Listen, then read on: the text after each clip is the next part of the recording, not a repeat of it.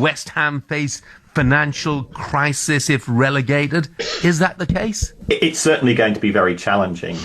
In the last set of accounts, they generated £228 million of revenue.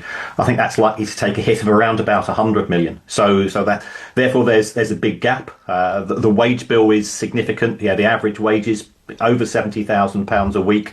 I think many players will have relegation clauses. I think the thing which worries me most of all is that West Ham have spent a lot of money in the transfer market, and they owed £196 million in unpaid transfer fees at the end of 2025. Now, those instalments have to be paid on a year-by-year basis, and you do wonder where their cash is to pay them over the course of the next 12 months, unless the owners put in some cash themselves.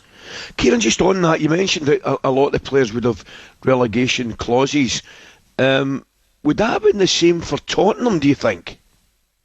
Yes, I mean, there was a report in one of the papers that Daniel Levy had inserted relegation clauses. It's actually quite unusual for clubs at the elite end of the game.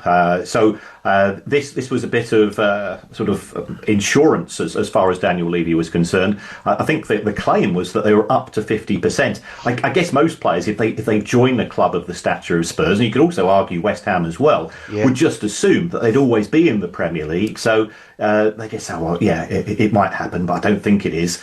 So it will have an impact upon certainly the playing staff, but equally, as far as West Ham is concerned, they do employ an awful lot of people, and there's potentially jobs on the line here as well. You don't need as many people in marketing and communications and so on when you're playing Cardiff and Lincoln on a Tuesday night. That's just economics. Yeah, look, don't rub it in, Kieran. I mean, I take it then. Obviously, there are some plus points. Look, lower salaries, lower rent for the stadium, parachute payment. Does that not come near balancing the cost of relegation?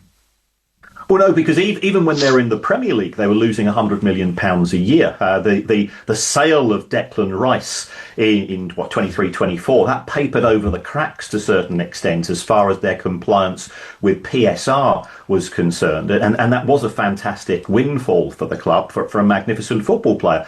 But if they're losing £2 million a week in the Premier League, then even if they've got wage savings and so on, it is going to be very challenging. If you take a look at the annual report of the club, the owners admitted that relegation was a problem, and secondly that it would need funding. Now, if you're a bank manager, why would you lend to West Ham? I mean, they do have an existing overdraft, but that's due for repaying at the end of July this year. So I think the owners and David Sullivan does have wealth, Daniel Kretinsky does have wealth.